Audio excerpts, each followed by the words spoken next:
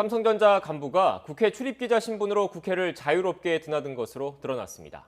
오늘 시작한 국회 국정감사 현장에서 나온 내용입니다. 문제를 제기한 정의당 류호정 의원은 이 간부가 국민의힘의 전신인 새누리당 당직자였던 것으로 파악됐다며 이는 큰 문제라고 지적했습니다.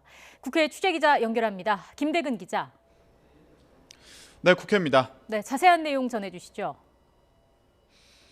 네, 오늘 국회 산업통상자원중소벤처기업위원회 국정감사 현장에서 나온 내용입니다. 정의당 류호정 의원은 삼성전자 부사장을 증인으로 신청한 뒤 의원실에 매일같이 찾아온 삼성전자의 한 간부가 언론사 기자 출입증으로 국회를 드나든 것을 확인했다고 밝혔습니다. 국회 출입을 위해서는 의원실 확인이 필요한데 이런 절차 없이 자주 찾아온 간부가 있어 출입 경위를 알아봤더니 한 언론사의 출입증을 갖고 있었고 국회 사무처의 상시 출입기자 명단에도 등록돼 있었다는 겁니다.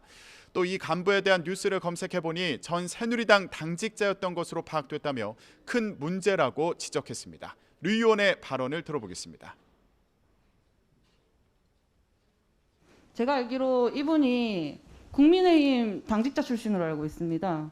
뭐 추석에도 뭐 할 거 없이 거의 매일 찾아오길래 근데 도대체 어떻게 국회에 이렇게 막 불쑥불쑥 올 수가 있나 해서 제가 찾아봤거든요. 그래서 알아보니까 삼성 간부라고 했는데 출입기자로 왔다 갔다 하고 계시더라고요. 뒤늦게 사실을 파악한 국회 사무처는 이 간부의 출입기자 등록을 취소했습니다. 그런데 또 다른 문제는 이 간부가 등록한 언론사의 실체가 불분명하다는 겁니다. YTN이 국회에 등록된 언론사의 주소지를 찾아가 봤더니 엉뚱하게도 생선구이집이었습니다. 주변에서도 국회에 등록된 언론사는 확인되지 않았는데요. 개인의 선택인지 삼성이 묵인한 건지는 확인되지 않았지만 실체가 불분명한 언론사를 앞세워 대관 업무를 한 건 삼성에도 관리 책임 있는 거 아니냐는 지적입니다. 네, 다른 상임위 국정감사는 어떻게 진행되고 있습니까? 네, 오늘부터 20일 동안 진행되는 국정감사에서는 특히 외교통일위원회가 주목됩니다. 어젯밤 북한의 조성길 전 주 이탈리아 대사대리의 망명 사실이 알려졌기 때문인데요. 1997년 황장엽 전 노동당 국제비서 이후 북한 최고위급 인사의 망명으로 정치권 관심도 높은 만큼 여야 의원들의 질의가 있을 것으로 보입니다. 다만 북한의 영국 대사관 공사 출신으로 지난 2016년 망명한 국민의힘 태영호 의원은 관련 질의를 하지 않겠다고 밝혔는데요. 태 의원은 입장문을 내고 북한에 딸을 두고 온 조 전 대사대리의 심정을 헤아려 집중 조명과 노출을 자제했으면 한다며 이같이 말했습니다. 외통위에서는 이 밖에도 강경화 외교부 장관 남편의 출국 논란도 쟁점인데요.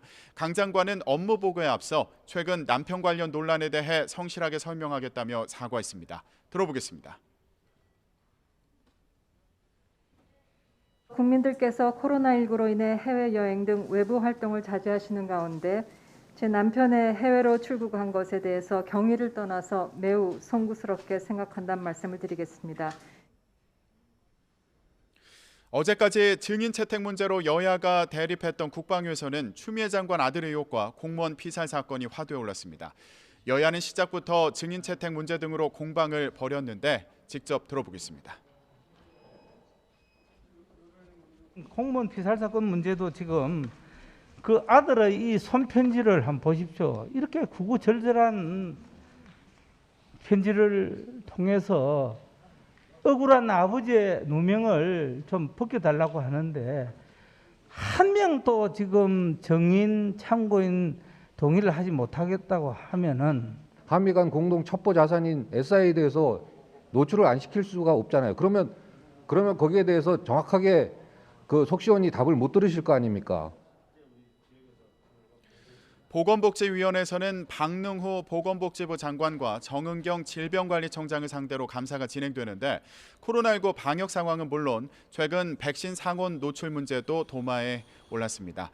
이번 국감은 코로나19 예방을 위해 비대면 화상회의 방식이 도입됐다는 점도 주목되는데요. 보건복지위는 국회와 보건복지부가 있는 세종, 질병관리청에 있는 오송을 화상으로 연결하고 외통위도 재외공관에 대한 현지 국감은 진행하지 않습니다. 지금까지 국회에서 YTN 김대근입니다.